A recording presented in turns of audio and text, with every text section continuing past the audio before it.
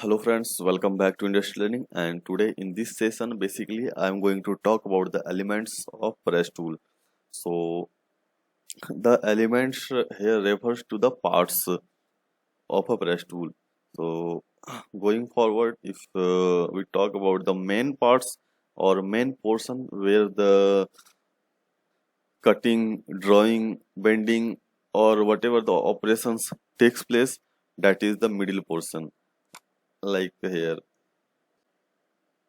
and the remaining like top plate, bottom plate, die back plate, punch holding plate, like all these parts are just for assembly purpose. And the parts like guide pillar, guide bush, auxiliary bush, these are all are here for to guide the plates to move uh, on a center direction. Means it should not get offset, and all top and bottom should be centralized to a single line of movement. Going forward to the next slide, where we will see the detailed drawing of a compound tool, and here we will see each parts of this tool with the explanation. So let's talk about the first part, that is bottom plate. So if I talk about the bottom plate, then it is used for basically assembly purpose, and all the stationary elements like fixed half of a tool is assembled on this plate only. The bottom plate also gives a cushion effect to the die, as it provides space for the tools to be clamped to the press bed, and its main function is to provide a rigid foundation or base to the assembly. As well as if I talk about the material of a bottom plate, then we can take mild steel or a cast iron also, and we should keep in mind that its thickness should be enough to prevent deformation when we apply pressure over it. So if I talk about next, then that is top plate, and same as bottom plate, this also used for assembly purpose, and the assembly contains punch holder and thrust plate that is mounted with the top plate with the help of screw and dowels. Sometimes shank plate also screwed on the top plate, and the top portion of a press tool, that is sometimes either a top plate or a shank plate. If I talk about the material, then the material used for the top plate, that is mild steel, or sometimes we can use a cast iron also. Same like bottom plate, the thickness of a top plate should also be sufficient enough to prevent bending or to sustain any pressure when we apply by the press ram. So if I talk about next one, that is guide pillar and guide bush. So here we will talk about these two together. So we can see here that is this is number 3, that is guide pillar, and this is number 4, that is guide bush. Both are aligned here with the fitment of H7 and G6. If you have any confusion about H7 and G6 fitment, then you can comment here. I will make the video over here with the complete explanation about GD&T. This comes under that GD&T fitments only. So come back to the point, like I was talking about the fitment and the cylindrical shape, like this guide pillar, or we can say this guide pin also, and guide bush maintains, which also maintains the whole parts of the die along the direction of the movement. Further, if I talk about the fifth one, that is main punch, and we can say here this main punch is here. So this punch is the male member of the complete die, and it acts in conjunction with the female die to give the desired effect or shape uh, based upon the profile on a strip or workpiece. So further, the punches are classified in several categories like cutting, non-cutting, or sometimes in a single operation we can do the cuttings and non-cutting both. That's also called hybrid type of punch, and this we can classify based upon the categories. And if I talk about the material, then D2 material we can use to make the punches with the hardness of HRC 58 to 62. The next one, that is stripper plate, and it is basically used to strip the workpiece or strip it from the punch. Means basically it is used to avoid the streaking between punch and strip. So the term streaking we can use like to stuck also.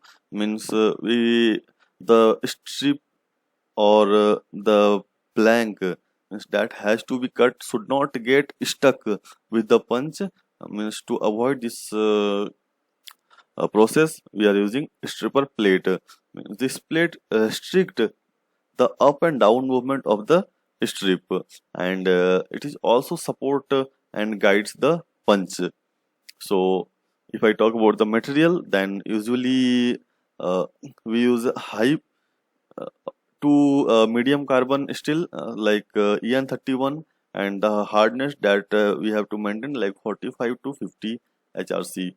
And if I talk about the types of stripper plate, then that is fixed type, and sometimes the stripper plates moves also like moving type. So the next one, that is die plate. So as I have already told that this is the one of the main part of a press tool that we use for cutting, bending, or whatever the operation. That operation basically done here only. So the die is a female parts of the tool, and it gives required shape of opening for blanking and piercing holes. So when this required shape of opening is gives in single solid metal block, it is called solid die, and when it is made in two or more pieces, then it is called split die. So die blocks are made of non-shrinkable tools, steels like SCCR or D2, and the hardness that are to be maintained on this, that are 54 to 56. So the next that we can talk, that is shader. So we can say 8-1, that is shader here. So it is basically used in compound or inverted die to eject the blank. And next that is piercing punch and punch holder plate. Basically I'm talking about a compound tool. Then with apart from a main punch, we have a piercing punch and piercing punch holder also. You can see here, this is piercing punch, also one of the male portion that when it goes uh, on a strip, then it creates a blank, and to support it or to hold it, we can see here a punch holder plate. So let's go forward, and that next one, that is pressure plate and knockout plate. So basically a pressure plate that is shown here, that supports the normally the punches or punch holding plates, except for inverted or compound die, and accommodates guide bushes and shanks. And if I talk about the knockout plates, then it presses the transfer pins to operate shader. It is actuated by the knockout pins for inverted and compound die. Okay, and next if I talk, then that is transfer pin, or we can say it as a these pins are the link between the shader and knockout plate, moving free for inverted and compound die. Moving the next, that is knockout pins, and this pin operates the knockout plates carried out by the upward moves of the ram and actuated by the stop on the press. The next one, that is shank plate. So shank plate, as I have already discussed, this is the plate on the top of top plate, and the function of a shank plate is to hold top assembly forms in the press ram that is fixed with the top plate. And the next, that is shoulder screw, Allen screw, and next, that is dowel pin, and these all are just to assemble the these plates and all. So this was the elements, or we can say the parts of press tool that we saw today.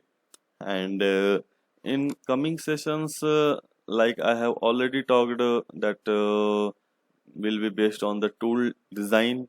So while designing a tool we need a software like NX, and so first of all in coming sessions we will learn about NX, that how to draw some basic parts and all. Then from basic to advanced level we will move, and then we will see about the press tool design in NX.